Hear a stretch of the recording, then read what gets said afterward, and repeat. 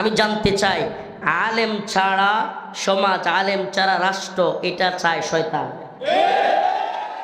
কেন? কারণ আলেম শূন্য হয়ে গেলে মাসালা দেওয়ার কেউ থাকবে না। আলেম শূন্য হয়ে গেলে ইসলামের দিক নির্দেশনা দেওয়ার কেউ থাকবে না। ওই সমাজের মধ্যে ফিতনা ছড়ানো, ওই সমাজের মধ্যে, ওই রাষ্ট্রের মধ্যে বিদআত ছড়াইয়া দেওয়া, ওই রাষ্ট্রের মধ্যে শিরিক কুফর ঢুকাইয়া দেওয়া খুব সহজ হয়ে যাবে। কিন্তু যেই সমাজে আলেমরা, হকপন্থী আলেমরা সজাগ আছে, সঠিক পথে আছে, কঠিন কথা বলছে, সেই সমাজে কিন্তু ফিতনা, সেই সমাজে শিরিক কুফর কিন্তু মাথাচাড়া দিয়ে উঠতে পারে।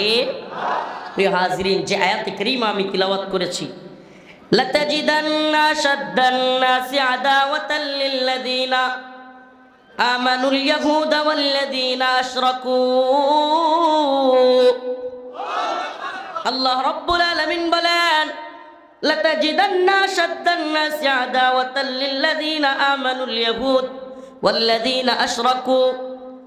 অবশ্যই অবশ্যই তোমরা মানুষদের মধ্য থেকে পাবে মুমিনদের শত্রু হিসেবে, আবারও বলছি, মুমিনদের শত্রু হিসেবে অবশ্যই অবশ্যই তোমরা পাবে আমানুল ইয়াহুদা ওয়াল্লাযিনা আশরাকু। এক নম্বরে পাবে ইহুদিদেরকে মুমিনদের শত্রু হিসেবে। নাম্বার 2 হলো মুশরিক, পত্তলিক, মুসলমানদের সবচাইতে কঠিন শত্রু হিসেবে আল্লাহ বলতেছেন, এক নম্বরে পাবে ইহুদিদেরকে, 2 নম্বরে হলো মুশরিক পত্তলিকরা। আল্লাহ পাক 1450 বছর আগে, 1500 বছর আগে বলেছেন কোরআনে কারীমের মধ্যে। আজকে আপনি তাকায় দেখেন, গোটা পৃথিবীতে মুসলমানদের যে কয়টা জায়গায় সবচাইতে বেশি নির্যাতিত হচ্ছে মুসলমানরা, এর একটার নাম হলো ফিলিস্তিন। একটা জায়গার নাম কি? আমাকে বলেন, ফিলিস্তিনে মুসলমানদের উপর আক্রমণ করতেছে কারা? সুবহানাল্লাহ। আল্লাহ পাক 1500 বছর আগে বলেছেন, কিন্তু এখনো পর্যন্ত আল্লাহ পাক কোরআনে যা বলেছেন তাই অক্ষরে অক্ষরে সঠিক প্রমাণিত, অক্ষরে অক্ষরে সঠিক। এবার বলেন, দ্বিতীয় যেই জায়গাটায় মুসলমানরা সবচেয়ে বেশি নির্যাতিত হচ্ছে, নিপীড়িত হচ্ছে, এই জায়গাটার নাম হলো কাশ্মীর। নাম কি? কাশ্মীরে মুসলমানদের নির্যাতন করতেছে কারা? বলেন না, মুশরিকরা, মুশরিক পত্তলিক ভারতীয় সেনাবাহিনী। এমনকি আপনাদেরকে একটা মাত্র পরিসংখ্যান শোনাই, এটা আমাদের কোনো ব্যক্তিগত পরিসংখ্যান না, আলেমদের পরিসংখ্যান না।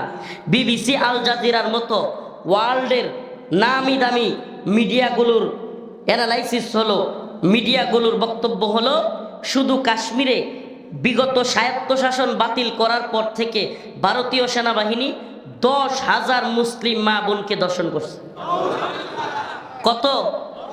এটা আরো 4-5 বছর আগের পরিসংখ্যান, এখনকার পরিসংখ্যান জানি না, এখনকার আপডেট পরিসংখ্যানটাও জানা নাই। আরো কয়েক বছর আগের পরিসংখ্যান হলো 10,000 মা বোনকে দর্শন করেছে। ও মুসলমান ইমানদার, আমাদের কথা বলা দরকার, কাজ করবার দরকার হিন্দুত্ববাদী ভারতের বিরুদ্ধে। আমাদের কথা বলা দরকার, আমাদের শ্রম, আমাদের সময় ব্যয় করা দরকার ইহুদিবাদী ইসরায়েলের বিরুদ্ধে। এরা মুসলমানদের শত্রু, এরা বাংলাদেশ রাষ্ট্রের শত্রু। এই হিন্দুত্ববাদীরা, এরা 2 দিন পর পর বাংলাদেশ দখলের কথা বলতেছে। এদের বিভিন্ন পর্যায়ের নেতারা, এমনকি এদের প্রধান, রাষ্ট্রের যে প্রধানমন্ত্রী, সে পর্যন্ত তার টুইটারে, তার অ্যাকাউন্টের মধ্যে লিখেছে বাংলাদেশ কোনো স্বাধীন হয় নাই। 71-এর যে যুদ্ধ পাকিস্তানের সাথে হয়েছিল, এটা ভারতের যুদ্ধ হয়েছিল এবং সেই যুদ্ধে ভারত বিজয়ী হয়েছে। বলেন তাইলে এটা কি 71-এ আপনারা যারা এই স্বাধীনতার ট্যাবলেট এতদিন আওয়ামী লীগ, যুবলীগ, ছাত্রলীগকে, এই যে ছাত্রলীগ, যুবলীগকে, আওয়ামী লীগকে ট্যাবলেট খাওয়ানো হয়েছে, স্বাধীনতার চেতনা, বঙ্গবন্ধুর চেতনা, মুক্তিযুদ্ধের চেতনা, এই চেতনার ট্যাবলেটগুলো খাওয়াইছে। এখন বুঝছেন তো স্বাধীনতা কারে কয়? শুধু এটাই না, 71-এ যখন বিজয় হয়েছিল তখনই ইন্দিরা গান্ধী ওই সকল মিডিয়ার সামনে, এমনকি তাদের সংসদে দাঁড়িয়ে ইন্দিরা গান্ধী বলেছিল, 1000 সাল কা বদলা লে লিয়া। কি বলেছিল? 1000 সাল কা। এই কথার অর্থ কি? 1000 বছরের বদলা নিয়ে নিছি। তার মানে কি?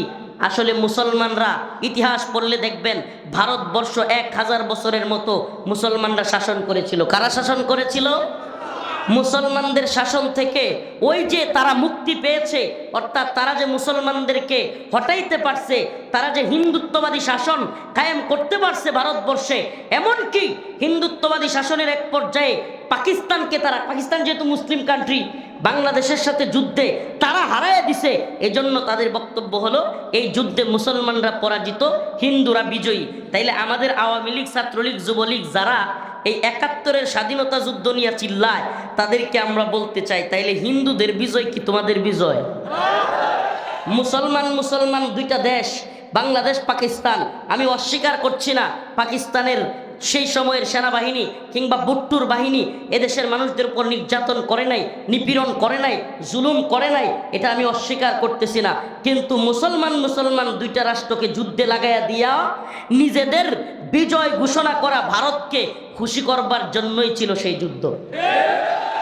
অমুসলমান ইমানদার, ওই শুরু থেকে আমি যে সূচনা বক্তব্য দিয়েছিলাম সেখান থেকে এখন পর্যন্ত আমি যে কথাটা আপনাদের কাছে বোঝানোর চেষ্টা করতেছি, অমুসলমান ইমানদার, আপনার আমার শত্রু, প্রকৃত প্রধান শত্রু এতাআতিরা নয়, আপনার আমার প্রধানতম শত্রু চরমুনাইওয়ালারা নয়, আপনার আমার প্রধান শত্রু জামাতওয়ালারা নয়।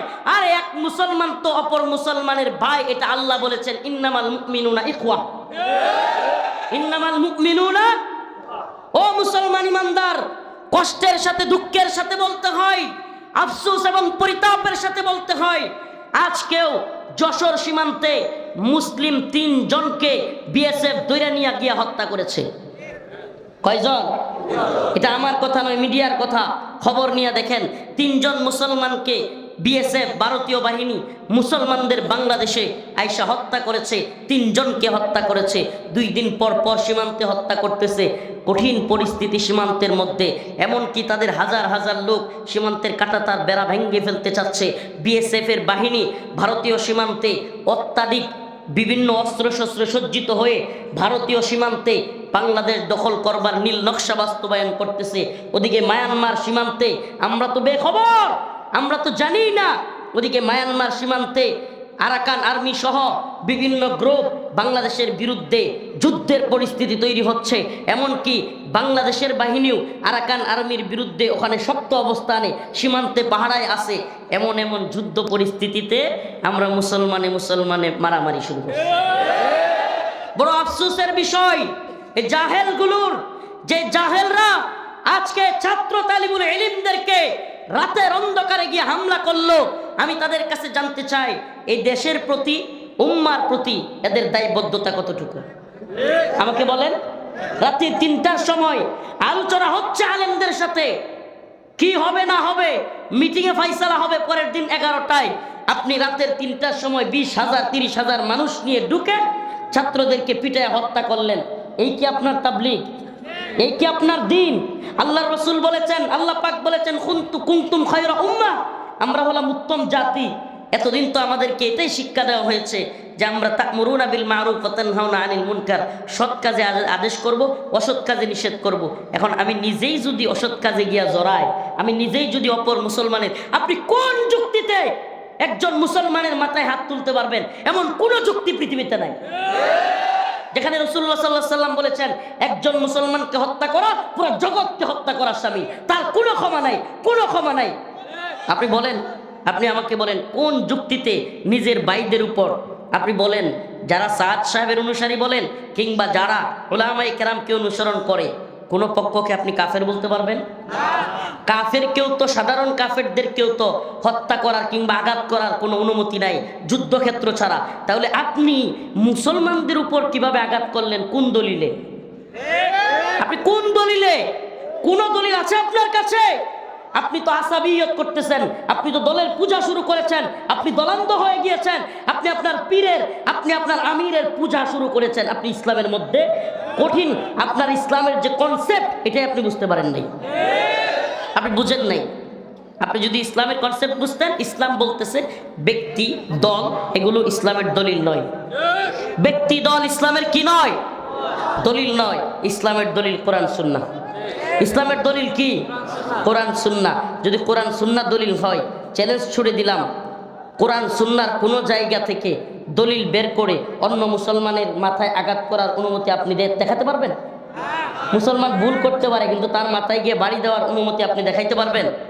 তাইলে যদি অনুমতি নাই থাকে, আপনি কিভাবে রাতের অন্ধকারে 3টার সময় গিয়া আপনার মুসলমান ভাইদের মাথায় আঘাত করলেন? মুসলমান ইমানদার, মুসলমান ইমানদার, কথাগুলো ভালোভাবে বুঝবার চেষ্টা করেন। যাদের দেশ জাতি উম্মার প্রতি দায়বদ্ধতা নাই, দেশ জাতির প্রতি উম্মার প্রতি যাদের দায়িত্বশীলতা নাই, এরাই এই ধরনের খামখেয়ালি কাজ, এরাই এই ধরনের অগ্রহণযোগ্য কাজে শরীক হইতে পারে। উম্মার প্রতি যদি দায়িত্বশীলতা থাকে, উম্মার প্রতি জাতির প্রতি যদি ভালোবাসা থাকে, জাতির উপরে কত বড় বিপদ, যেই বিপদ জাতি আজ করতে পারতেছে না। ভারত যখন দেখলো বাংলাদেশকে বিভিন্ন ধরনের হামলা কইরা হুমকি দিয়া ধমকি দিয়া কাজ হচ্ছে না, তখন তারা নতুন আরেকটা বাহিনীকে উস্কানি দিয়া, টাকা পয়সা দিয়া, অস্ত্র দিয়া বিভিন্নভাবে মায়ানমার থেকে, এগুলো গোয়েন্দা নিউজ বলতেছি, মায়ানমার থেকে মুসলমানদের বাংলাদেশকে অস্থিতিশীল করবার জন্য টাকা দিয়া, অর্থ সম্পদ দিয়া, এমনকি অস্ত্রশস্ত্র দিয়া মায়ানমারের বাহিনীকে দিয়া, একটা উগ্র বাহিনীকে দিয়া বাংলাদেশের সাথে লাগাইয়া দেওয়ার চেষ্টা করতেছে। কারণ কি? তারা নিজেরা লাগতে চায় না। ও মুসলমান ইমানদার, এই যখন ষড়যন্ত্রের অবস্থা, তখন আমরা নিজেরা কামড়া কামড়ি। দেশ জাতিকে নিয়ে এত বড় বড় ষড়যন্ত্র, আল্লাহ পাক নিজে বলেছেন, লাতাজিদান্না আশাদ্দান নাস আদাওয়াতান লিল্লাযিনা আমানুল ইয়াহুদ ওয়াল্লাযিনা আশরাকু। আল্লাহ পাক নিজে বলেছেন, তোমরা অবশ্যই মুমিনদের শত্রু হিসেবে ইহুদি এবং মুশরিকদেরকে পাবে। আজকে ইসরায়েলের নেতানিয়াহু হুঙ্কার দিয়ে মুসলমানদের গাজাকে মাটির সাথে মিশিয়ে দিচ্ছে, বোম্বিং করতেছে। ও মুসলমান, গাজার মুসলমানরা খাবার পানি পর্যন্ত পাচ্ছে না। গাজার মুসলমানরা একবেলা খাবার পর্যন্ত পাচ্ছে না। হসপিটালগুলোতে হাহাকার, হসপিটালগুলোতে চিকিৎসা নাই, হসপিটালগুলোতেও বোম্বিং করা হচ্ছে। ও মুসলমান ইমানদার, আজকে মায়ানমারের রাখাইনের মুসলমানেরা 10 লক্ষ মুসলমান 2017 সালে একসাথে বাংলাদেশে ঢুকেছে, এখনো পর্যন্ত বের হইতে পারে নাই। ও মুসলমান ইমানদার, কাশ্মীরে 10,000 মুসলমানদেরকে, নারীদেরকে ধর্ষণ করা হয়েছে, কোনো বিচার হচ্ছে না। আদালত তাদেরকে, দর্শনের আসামিদেরকে বেকসুর খালাস দিচ্ছে, আর দর্শনের আসামিরা বাহির হইয়া এসে মিষ্টি বিতরণ করতেছে। এই যখন পৃথিবীতে মুসলিম উম্মার অবস্থা, এমন নাজুক পরিস্থিতিতে নিজেরা কামড়া কামড়ি করার চাইতে আত্মঘাতী কাজ আর কোনো কিছু হইতে পারে? আমারে বলেন, টঙ্গীর ইজতেমা ময়দানে জোর করা ফরজ, ওয়াজিব, বরং ইসলামী ভূখণ্ড রক্ষা করা ফরজ। ঈমান আনার পরে, ভালোভাবে বুঝেন মাসআলা, এটা খুব জরুরি দরকার। ঈমান আনার পরে সবচাইতে জরুরি ফরজ হলো, ঈমান আনার পরে মুসলমান